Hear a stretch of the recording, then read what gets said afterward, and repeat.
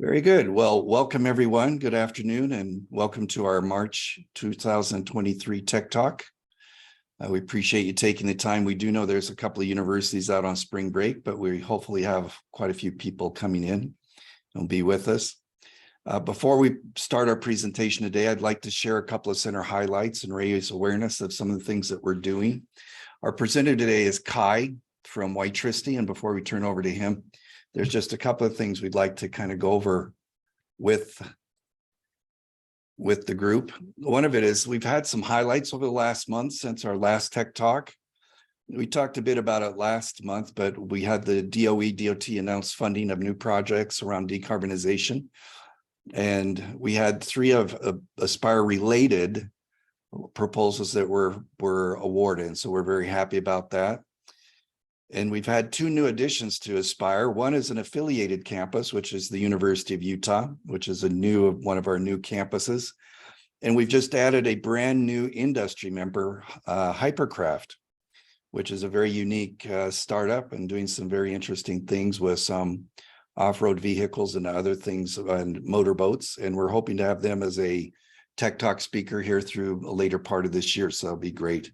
One of the other big pieces of news that we have is that the Utah State Senate or legislature in total passed an ongoing funding for Aspire, $2.1 million for 5 years, where Aspire entity will facilitate the strategic planning and development of initiatives related to electrification within the state, and will report things back to the state. So we're seeing a lot of movement, a lot of progress, a lot of support. We do appreciate our partners who partner with us on that, both state and industry, and we just keep on growing and doing good things. And with that, we do have a couple of upcoming events. We just want to make sure we can get out onto people's radar. This month in Utah, we're having the Utah Asphalt Conference. Dr. John Haddock from Purdue will be the keynote speaker at that. And just for industry members as well, you'll see messages coming out from me related to NSF funding internships. So we did that a year or two ago. They do have funding available. We're working with students and industry members who are interested in going and applying for those funds from NSF. I'll be coming back to people and we'll have more talks about that. But the funding deadline is kind of short. It's April 15th and it is a bit first come, first serve. So if you're interested, please reach out to me immediately. Besides the people I've been talking to, really appreciate that. And then just the last couple of things is on May 18th, I put to be confirmed only because we're wondering about the climatic conditions, but May 18th here at Utah State's EVR at Aspire, we're going to have an open house and EV extravaganza. We're looking for obviously industry individuals who want to be part of that. We're talking to a few. Our Aspire Student Association is also helping lead with some of the interface with things we want to do on the electric vehicle side. We want to showcase. And on June 4th through the 8th, there's a WTCE conference. And I'll let actually Regan, who's the chairperson, that if he wants to take just a minute maybe and talk about that. Sure. Thank you, Don. So the Wireless Power Technology Conference and Expo, this is an international event. It's the largest conference on wireless power in the world. It's been rotating around the world, previously known as Wireless Power Week. It's a combination of multiple previous conferences at different power levels.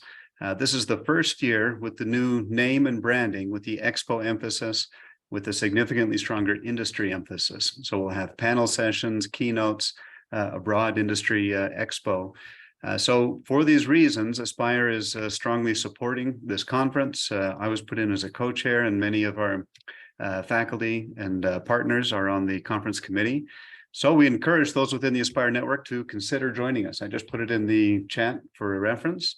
If you may consider being a sponsor or an exhibitor, please do so. We would love to have you. And we can also arrange additional discussions around the event. This covers all things wireless power, everything from low frequency, high power, charging of electric vehicles, all the way to high frequency, cell phone charging. So it'll be a great event, brings a lot of a broad range of disciplines, good students and faculty to engage with, but also a strong contingency from industry. So as we continue to grow this brand and conference, please join us. Thanks, Regan. Then the last item is I've put here that our annual meeting is coming up in September.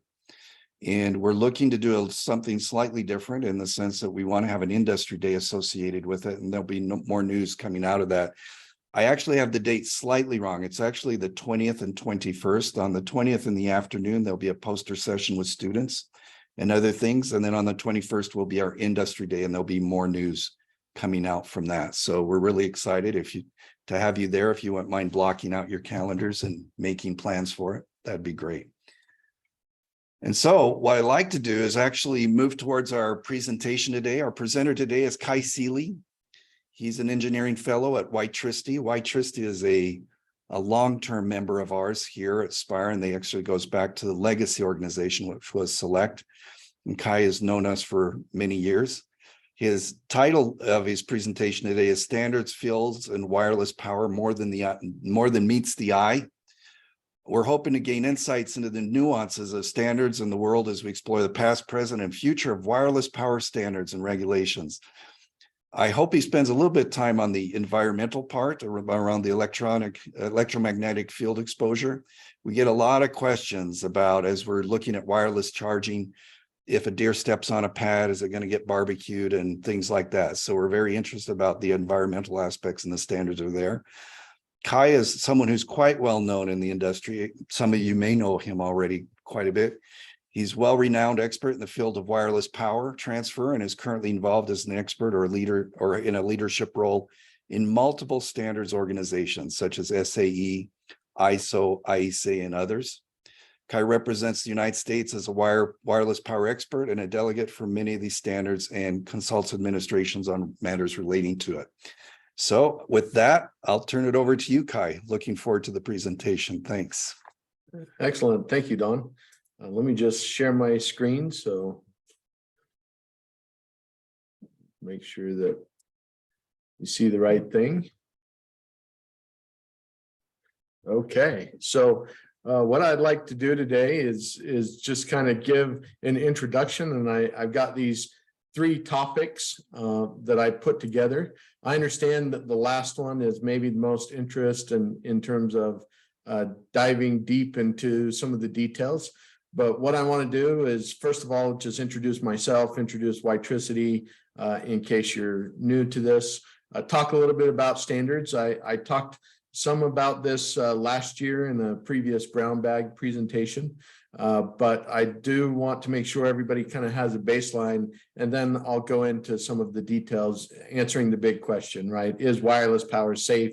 What happens in all of these different scenarios? And we can dive right into that. So with that, let me just introduce you to White Tricity. White Tricity is headquartered in Massachusetts, Watertown, Massachusetts, near Boston. We have teams in at least 8 countries now. We were founded in 2007, and since then we've been working solely in wireless power, specifically magnetic resonance wireless power transfer.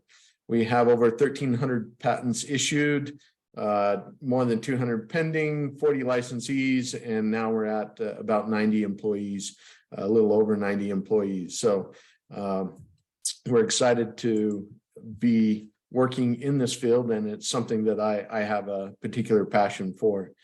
Now, you may have or you may have not heard of the term WPT-EV. This is wireless power transfer for electric vehicles, and it's an area where we're focused. So we, of course, have opportunities in lots of different markets, but this is one that we're very passionate about, and of course excited that Aspire is working in this space as well, because we see a lot of potential and need for wireless power in really helping to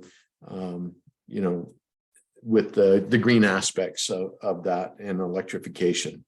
So we do have systems that are being deployed, and hopefully you'll see more of those, maybe even one around Aspire. Wait and see. We have a wireless White Tricity Halo charging system. Usually wireless power consists of, there's a wall box that connects to the grid, does some power electronics. There's a ground pad where the magnetics live. And then of course on the vehicle, a small receiving pad that is, the size is primarily dictated by the OEMs, so that it's pretty seamless to integrate.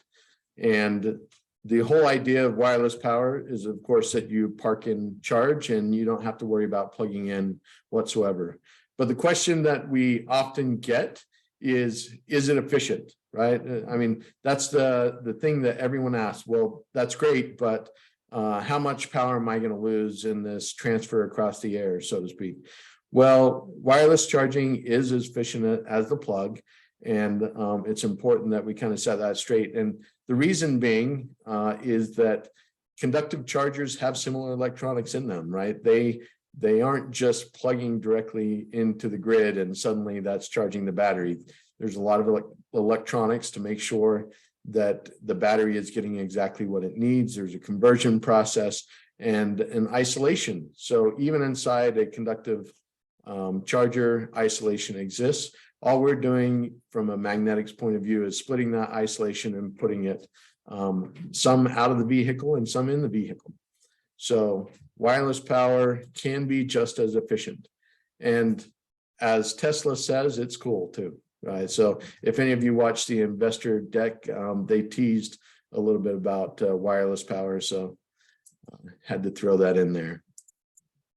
So with that, why do we care about standards, right? Wireless power is cool. Who needs standards? Well, to understand this, what are standards and why do we need them? Standards are really technical specifications and procedures. Imagine a world in which you had to buy a different Wi-Fi card depending on which router was installed at your home versus your business and so forth. That would get really, really annoying. And so the purpose of standards is to bring all of that together for a user experience so it's seamless as you communicate across the globe, as you put one piece of hardware into your computer, into your electric vehicle, whatever it is, it remains interoperable and standardized throughout the world and throughout your region, right? It comes down to having a good user experience. And there's economic aspect to that too, because you don't have to throw away things, right? So interoperability is actually more important than maybe we give credit for or consider in our daily lives. Reliability is another one. Safety, and of course, radio interference. None of us would be happy if our daily wireless Wi-Fi or our favorite radio station just didn't work because our electronics that we turned on every day interfered with them. So standards set the expectation for the electronics that we use every day, and they're very, very important. Standards that you may know, that you may not think about, Wi-Fi, of course, is one, and there's Wi-Fi itself is made up of a whole bunch of different committees to actually get the end result of that Wi-Fi logo. But it was created in IEEE called 802.11. There's Bluetooth, there's NFC, there's your cellular LTE and now 5G and multiple flavors of that. We have even down to screws, nuts, bolts, and the tools that you use every day. There are standards for all of those things. Your USB, your micro USB, even your keyboard has some serious history behind it in terms of its layout and why it is the way it is. So all of these are really important. And when it comes to your electric vehicle or any vehicle, there are hundreds, if not thousands of standards implemented in that vehicle. And so it is very important from an OEM point of view to make sure the standards are working for the purpose of your experience as a user.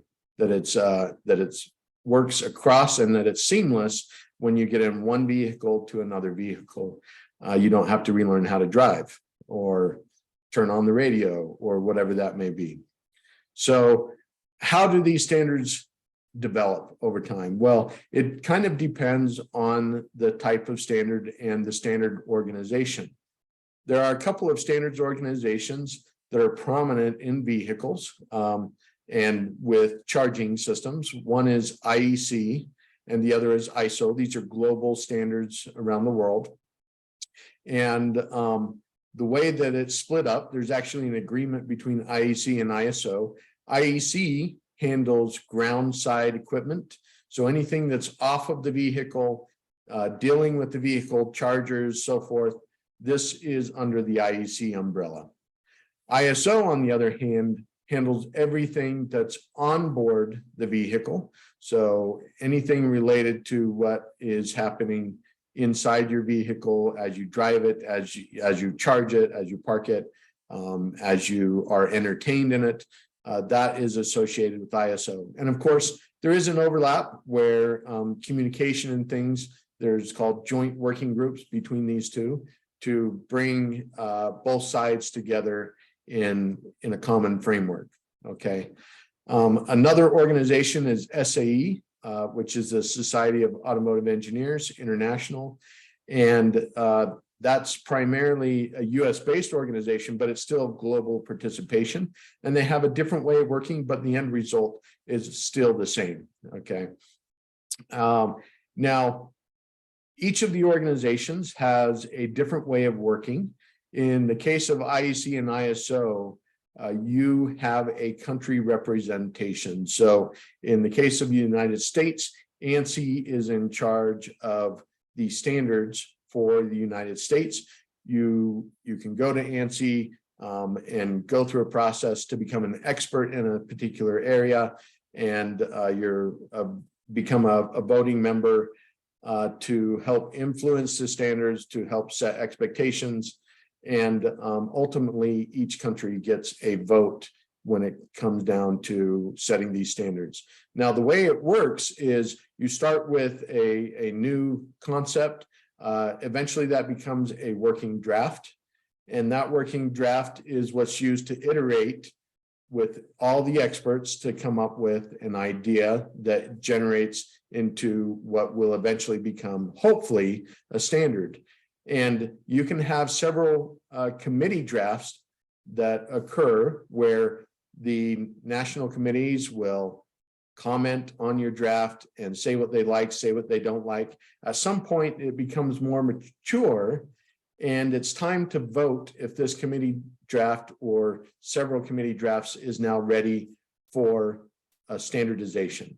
And so the national committees will get together, they'll comment, and they'll vote on whether it should proceed forward.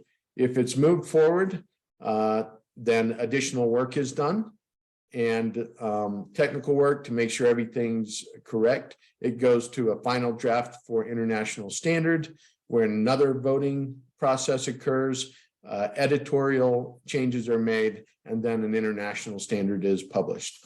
And there are lots and lots of these international standards that you can go to the IEC or ISO website and download. And I'll tell you about a few of them today related to wireless power. On the other side, on SAE, they have a similar process, but they call it a little differently. And for the SAE, they can move a little bit more quickly because it's not a national vote. It's voted based on experts in the standard, okay, instead of one per nation. In the case of SAE, we usually start with a technical information report.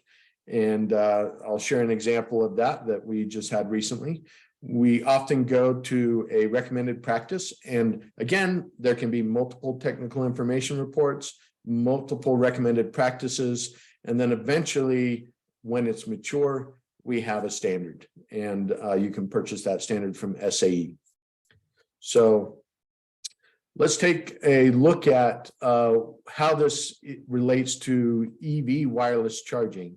So under the SAE umbrella for light duty vehicles, and I'll include some of the other dynamic stuff in a moment, we have SAE J2954. I hope all of you have heard of that if you have anything to do with wireless power, because that is probably the most well-known standard for light duty electric vehicles.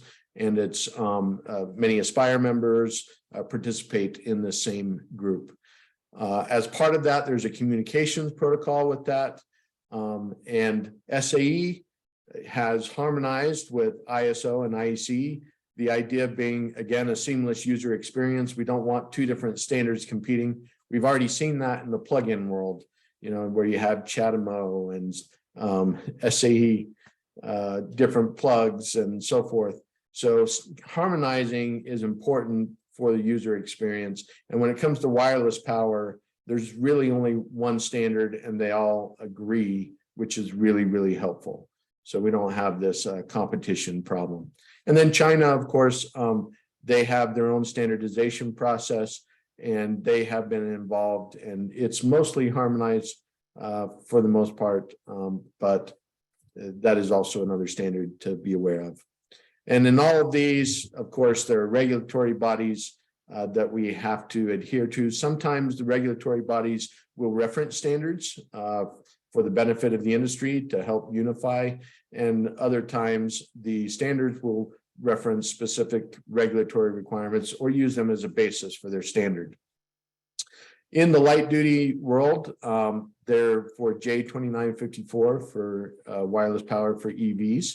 We currently have 3 power levels and working on another one, 22 kilowatts for vehicles that you would drive around every day with different ground clearances for each of the vehicles. Now, there's one single ground assembly called the Universal Ground Assembly that works with all vehicles.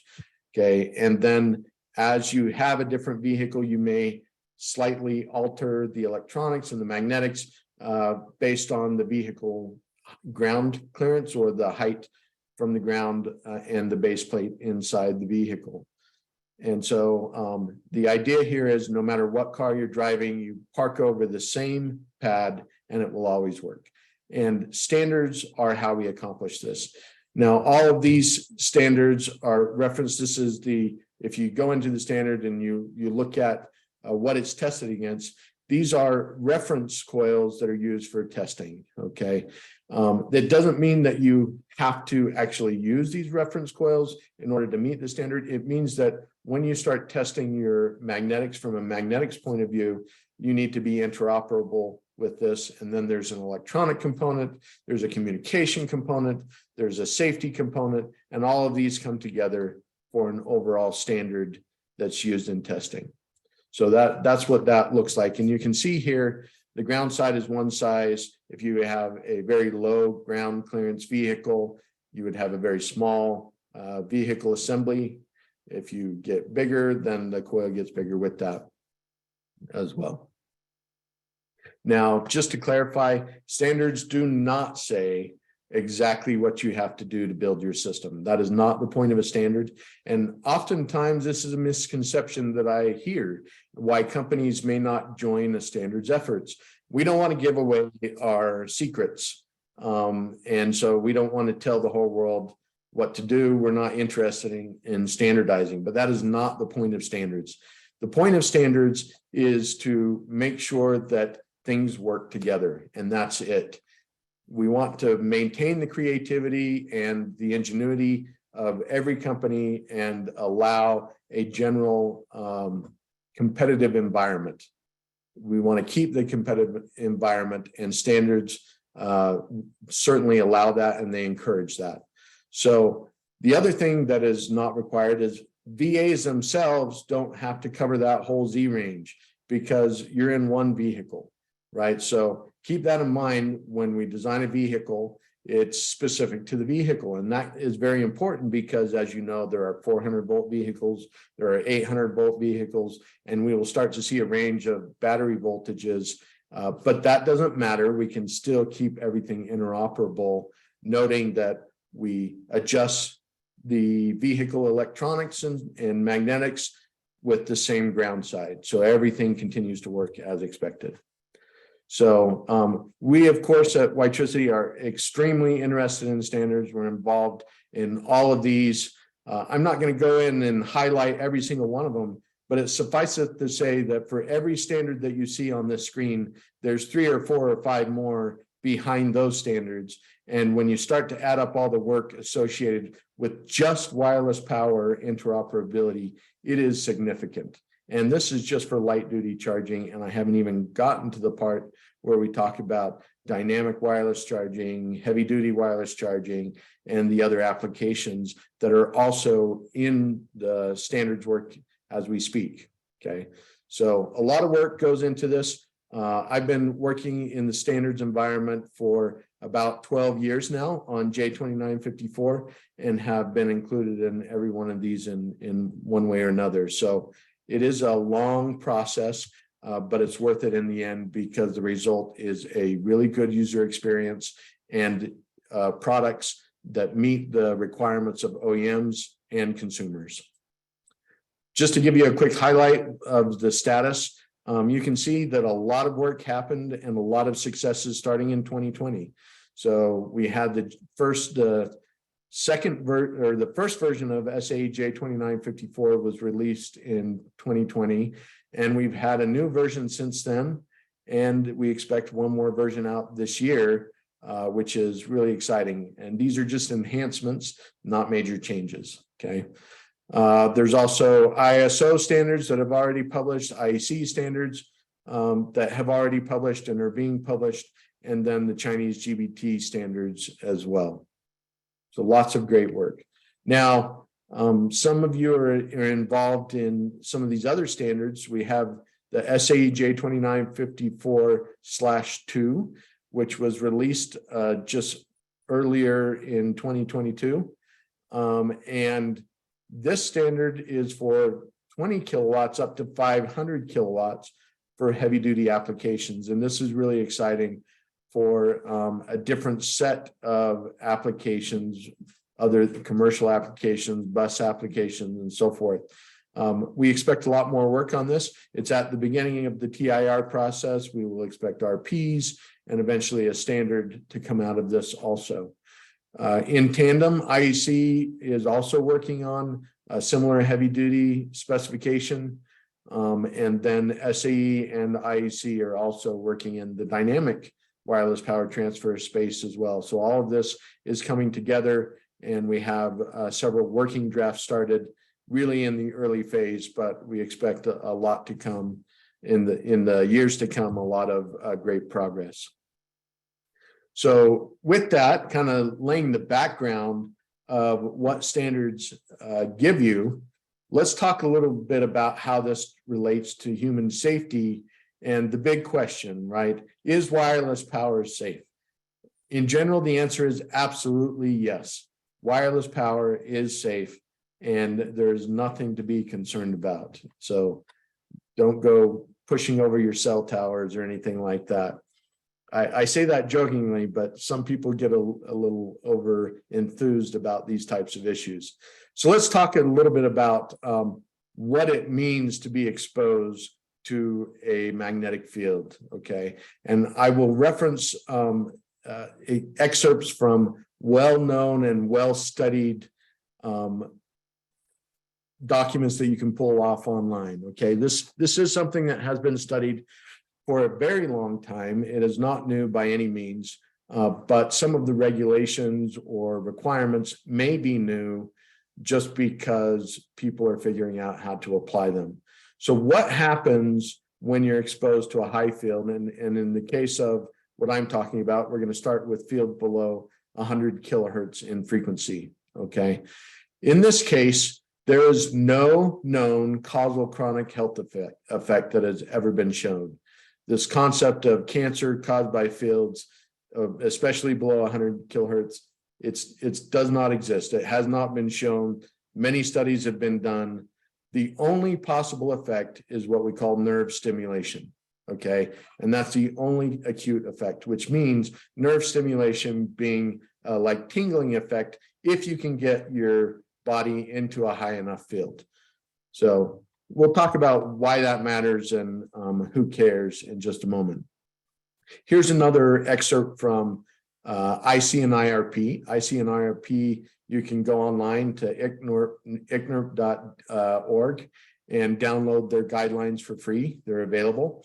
These guidelines are for non-ionizing radiation protection. Okay, so this is the International Committee on Non-Ionizing Radiation Protection. Non-ionizing being not X-ray, not the type of things that ionize or change any cellular structure in your body. Magnetic fields don't do that, okay? In this case, what they talk about is, again, the only effects being nerve stimulation And in a very rare case, if your head is exposed, again, to very high fields, a temporary visual anomaly of a faint flickering that occurs in the periphery vision.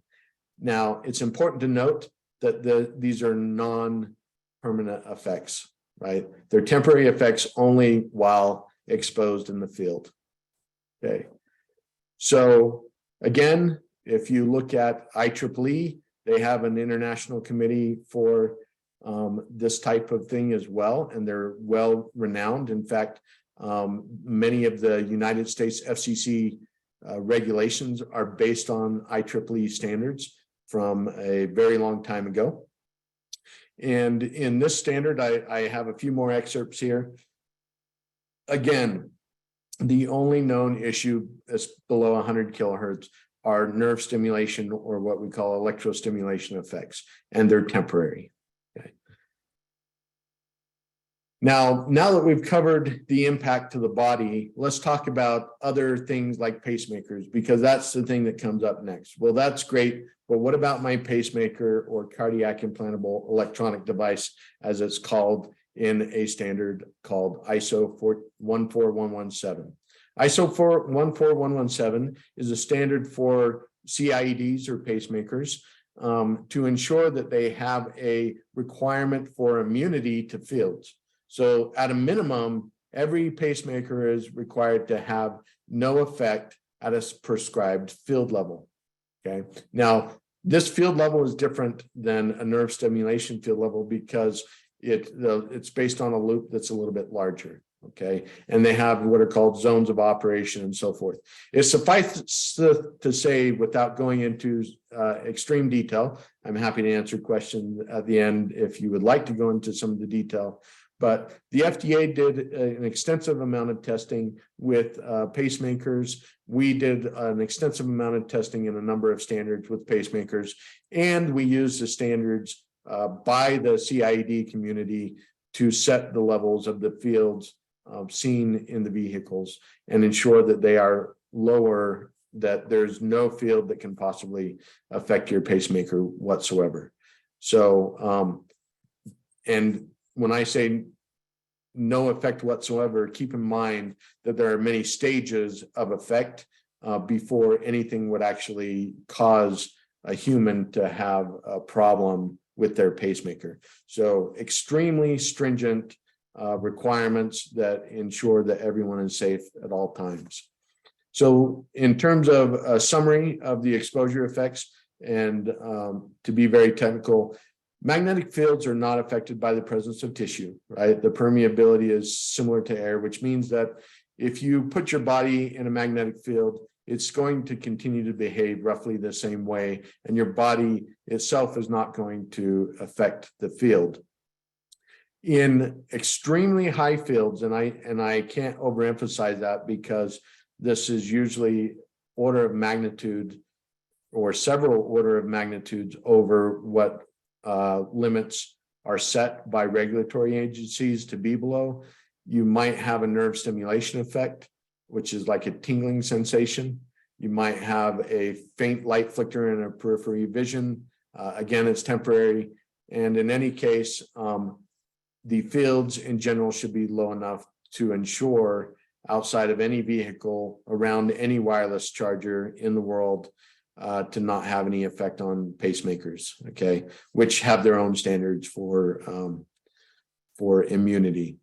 So all of the standards and limits that I'm about to talk about are far below what will cause any effect to the human body whatsoever. And the type of effects we're talking about, again, are temporary. I can't overemphasize that because if you think about it, we're around some serious potential injury points every day in our lives, from stoves to the exhaust pipe of a vehicle, which reaches staggeringly high temperatures, and nobody thinks about that, right? They're thinking about, sometimes you'll wonder about your field, but are you thinking about the actual damage that occurs to the tissue and so forth if you were to actually touch that exhaust pipe? The implications are far worse for what we deal with today versus electromagnetic fields.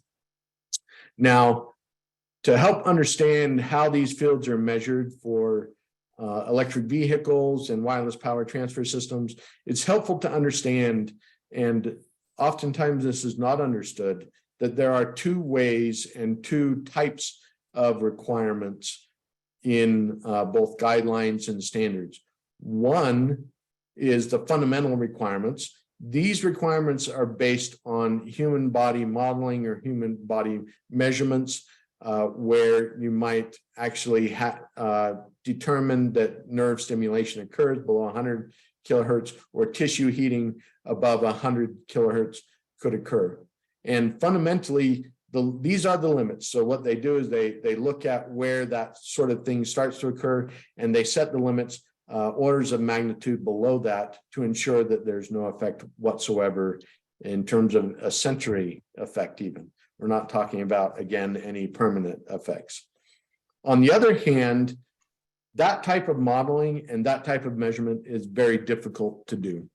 So there should be an easier way in many cases to do a free space measurement, because we can't measure inside the body all the time, so it's not practical.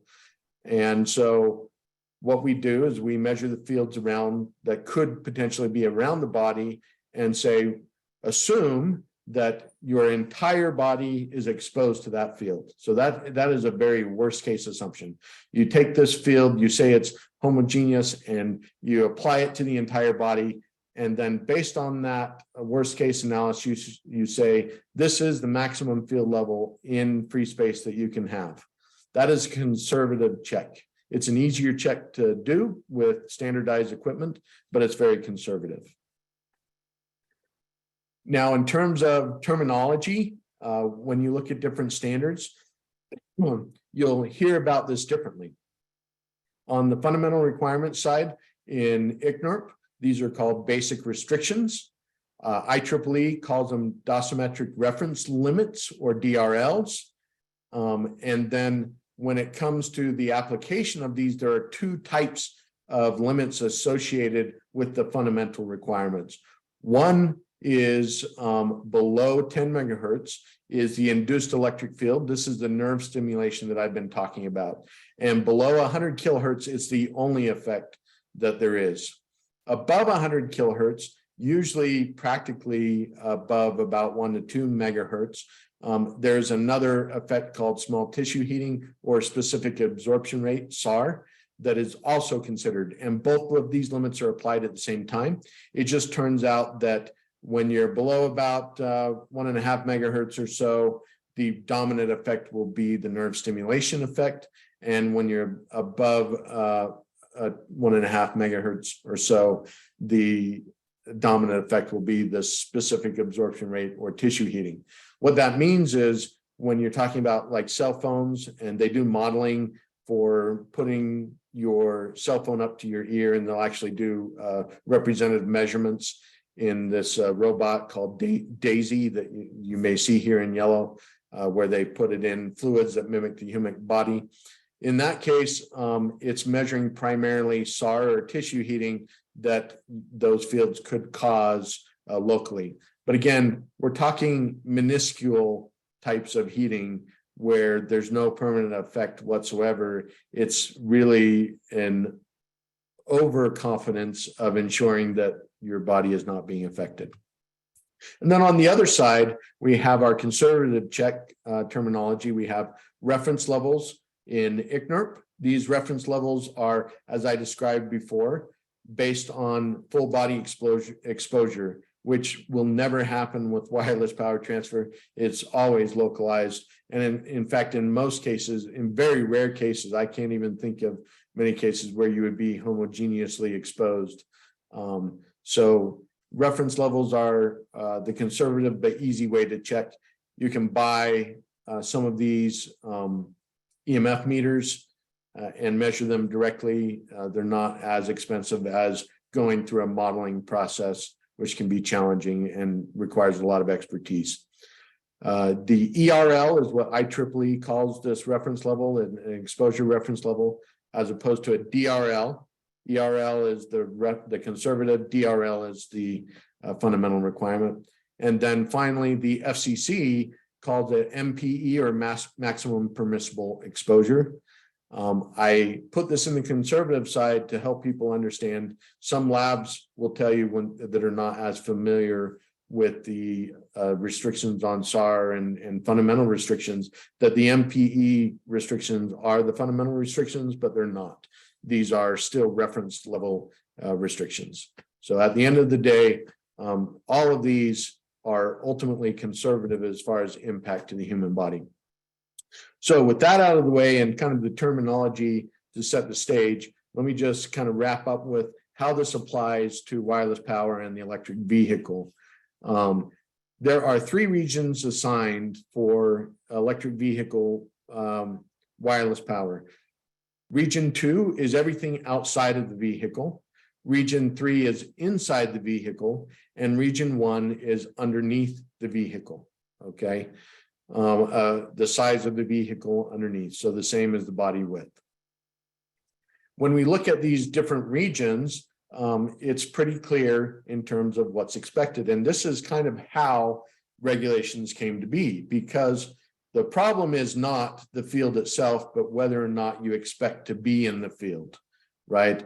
And regulations are based on the idea that you have no idea that a field is present, and therefore you should not be exposed to anything that you can feel or that would have stimulate your nerves, so to speak, in any way whatsoever. Okay, so region 3 is general occupancy. As a passenger in the vehicle, whether or not it's being wirelessly charged, you're not expecting to have any impact by sitting in that vehicle, and you shouldn't.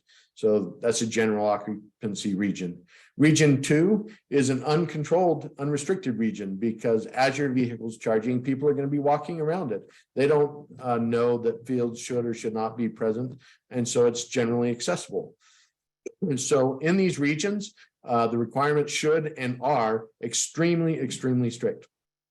Now in region 1, the requirements are still extremely strict, but it is a restricted region because now you're only going under the vehicle for a reason, right? There's a purpose for you being in region 1, and hopefully it's for a good purpose.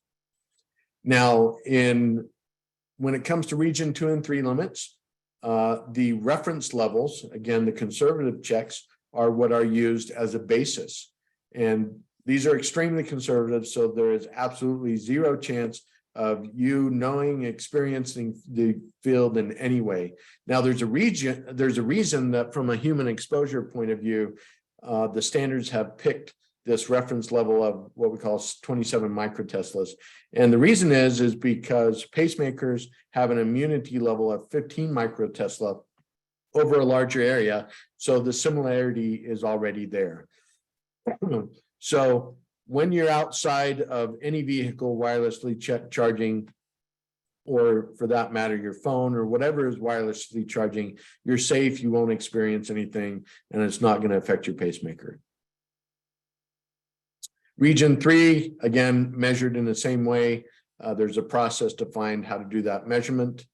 In region 2, the measurement procedure is very strict. There's a grid at which it's measured, and a process to ensure that the cardiac implantable electronic devices cannot be impacted whatsoever.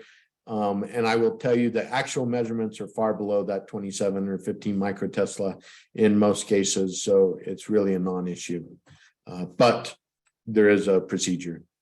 In region 1, there's a lot of considerations in terms of exposure. And I won't go into details of these, but it suffices to say that IEEE is C95.1 is an excellent standard for this, because they go into more detail about exposure to an arm, exposure to a hand, exposure to a head, and all for the purpose of avoiding nerve stimulation. So if you meet the limits in the standard, you won't feel anything. And that's just how it is at the end of the day.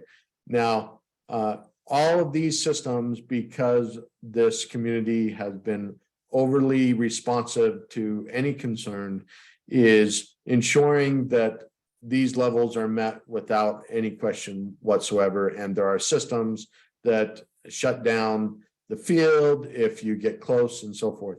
But I can tell you from firsthand experience, having placed my hand and many worked around this for a long time, even with my hearing aids, I have never experienced even the nerve stimulation, and it's very rare because in order to get that level of stimulation, you have to have fields that are very, very high. So is all this to say that standards really do dictate a safety level for your comfort, more so for your comfort than for your safety, because the standards are being overly conservative in this respect. So your deer walking over the pad, no problem. First of all, the field won't be on, but even if the field was on, they wouldn't know any different, nor your cat, nor your hand or anything like that. Just to give you an idea, you know, the induction cooktop industry is mature, and it's less popular in the United States, but very, very popular in Europe and now coming in Asia and in many places. Induction cooktops, a lot of people don't think about this because they're used to cooking. So in that case, please keep in mind that you're exposed to fields in those induction cooktops. And actually, the way they test those induction cooktops is at a 30 centimeter distance from the edge of the cooktop, even though you work within it. And here's an example of a measurement that was made at 6.5 millitesla. Now, keep in mind that I indicated that for the vehicles, the requirement is 27 microtesla, right? Microtesla being 10 to the minus 6, millitesla being 10 to the minus 3. This is a 1,000 times difference almost. So these fields do not impact the human body. You've never heard of anyone going to the hospital because they put their hand too close to an induction burner. You have heard, I would presume, maybe even experienced putting your hand on a hot stove or something and then needing some help in that respect. So it is very, very safe when it comes to magnetic fields. And I would say that as a society, we have really tailored to our own comforts to ensure that no matter what we design, we live in a world where there are magnetic fields all around us, and they do not impact our living whatsoever, and we don't experience them because they are in fact safe. So with that, I'm sure I may have sparked some questions, and I'm happy to answer them. Thank you, Kai. That was really content rich. And like you said, we have about 10 minutes or so for questions. If you have a question, please take yourself off mute and put your camera on if possible. If you're a bit shy, feel free to put them into the chat and I'll moderate it for Kai so he doesn't have to worry about what's in the chat. And I have a couple of questions of my own, but let's see if the gallery has some questions to start with. Yvonne, go ahead. Thank you, Carl, for that excellent presentation. And the health effects is something that in our work with underserved communities comes up more often than not. There's some questions, you addressed most of the questions that they had.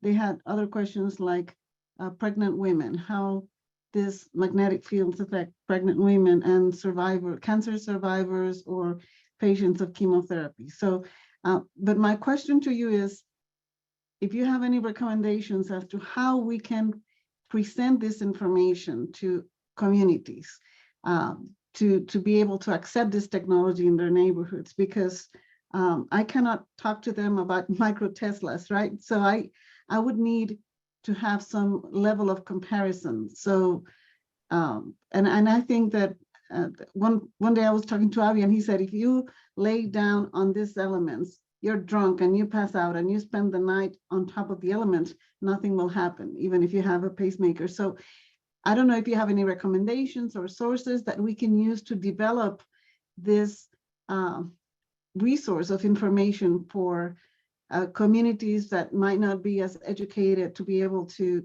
to talk to them about the health impacts. Yeah, absolutely. I recognize that the type of presentation I'm giving to this group would not appeal to a public audience because it's very technical. Isn't it? But I would say this, I have written some articles on this for a public audience, and I'd be happy to send some of those links. And they describe at a very high level why you don't have to worry, and some examples to real life experiences. If you've ever been in an MRI, for example, those fields are far above even the limits that we have. And it's really a non-issue. They're used to actually photo your body and so forth, but it's unrelated. I would say this, take a look at those. I'm happy to send those links. I can send them to Dawn to send out. Perfect. And I get these questions all the time. I'm sure I can point you to, there are of course the scientific studies that I can point you to, but also some just high level, why you don't have to worry about it kind of things. Perfect. Thank you. Thank you so much. Yeah.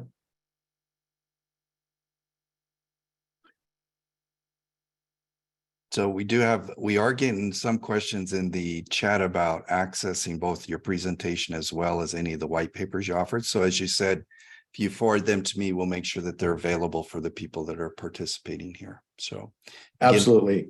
thank you, Kai. Reminding again the group, if you have a question, please feel free to take your phone off mute and turn your camera on if possible. And Kai, I'll ask you a question. It's kind, you addressed it a bit in your presentation, but we probably don't have enough time for you to talk about, but when you set standards, having worked on standard groups before in other industries, it's quite interesting how you have to deal with and lead with what is competitive and what's not competitive. Where are you trying to differentiate and position yourselves in those competing interests? You would think in the environmental space that wouldn't be the case, but I imagine there is the case where there are certain people that believe that some standards should be in one way or another. And how do you deal with mitigating or negotiating out the competitiveness, making sure it's really equitable and objective for society?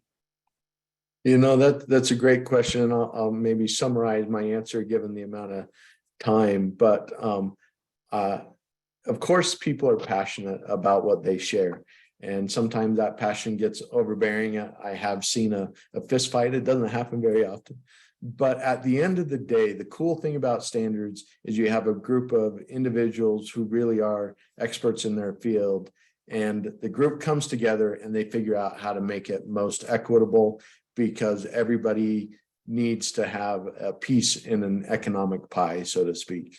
So standards really are a great way to work that out. And at the end of the day, it comes right down to data and analyses and so forth.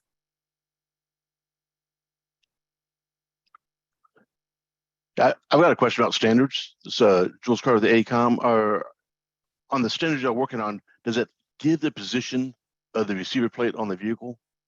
Was that something that's going to be able to be changed? Yes. So the question is about aligning when you pull in. Yeah, whether you pull in or back in or pull forward. Yes. So yes, the standards address alignment. In fact, I am the sub-chair team for that exact topic in SAEJ 2954. We have a whole appendix on that topic. And in this next update of the standard, we will actually be expounding specifically on that topic, but it is addressed to make sure that alignment is seamless, both for automated vehicles and vehicles where you have a driver. Great, thank you. Kai, we have a question in the chat, and I'll hopefully if I get it right, if I get it wrong, the person who put it in will correct me, but they're asking about how do you create standards in case of storm, water, things of that nature? What are the effects? How do you take that into consideration?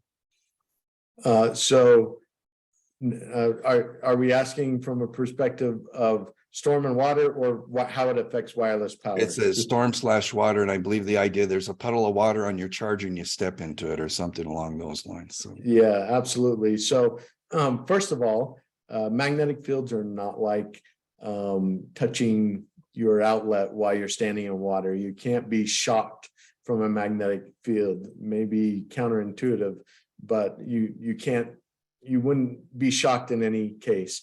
And the other aspect is just the less about the safety of you, because it's a non-issue, and more about the safety of the electronics themselves and having water, because these systems will absolutely be sitting in rain, snow, ice, dirt, mud, everything. And the answer is there's an IP rating that you may be familiar with. Some newer phones have these types of ratings where you can drop them in the water and they'll be fine. Ground pads that sit on the floor, they're IP usually at least 68 rated, meaning that they can have 3 meters of water without any impact to the electronics whatsoever. great. And then we have a question here about, you talked about kind of light vehicles, but what about higher power installations, like a very large truck? Does that change the standard or the dynamics? Yeah, so as I mentioned, those standards are ongoing as we speak. SAE-J 2954-2 was the first technical information report that was released. Regan had a lot to do with that and is the co-chair for the dynamic aspect of that. So yes, it's absolutely considered. They're not standardized yet, but they're in the process of being standardized. Of course, that doesn't mean that you can't release something into the market. There are already, bus chargers and so forth out there on the market, as you already know. But that's good because it allows us to take that information into a standard, make it better, and then create something that works for everyone. Awesome. Just a couple of more questions here and in the chat. One is, are there standards for the conversion of plug-in vehicle to wireless power transfer? Good question. So the initial assumption is that if you put wireless power on your vehicle, you will usually also have a plug for those cases where you need extreme fast charging or you're on the highway. But for most of the time, most of us driving around town in our daily lives, charging up with level 2 charge, whether it's plugging in or wireless, is sufficient. Now, as far as converting from a plug to a wireless power, that is challenging. And it's frankly because even if we had a standardized plug, which we don't, although it's becoming standardized through a number of organizations, back behind the electronics in the vehicle are non-standardized. So each vehicle has their own interface to control the actual battery management and so forth. And with that in mind, for example, Witricity has a system for a Tesla Model 3 and a Mach-E, and they're different because each of those vehicles has their own proprietary interface. So unfortunately, there's not a single easy way to convert something plug-in to wireless. It's done on a case-by-case basis. Very good. Given the time, this will probably be the last question. There are a couple of more in the chats, and I'll make sure that you get them, Kai, and then we can get answers back. But the one in the chat here is SAE 2954-2 being modified, updated for dynamic charging? And if so, where does that stand? You might want to give a real abbreviated answer on that. Maybe. Okay. All right. Well, you're getting to the hot topic because SAE-J 2954-2 is meant for heavy duty. It has an appendix on dynamic wireless charging. And of course, dynamic doesn't just apply to heavy duty. So there is some discussion about creating a third standard for dynamic wireless power specifically and kind of making its own thing. But that is not determined yet. So that's in progress of being discussed. I think it's probably likely to happen.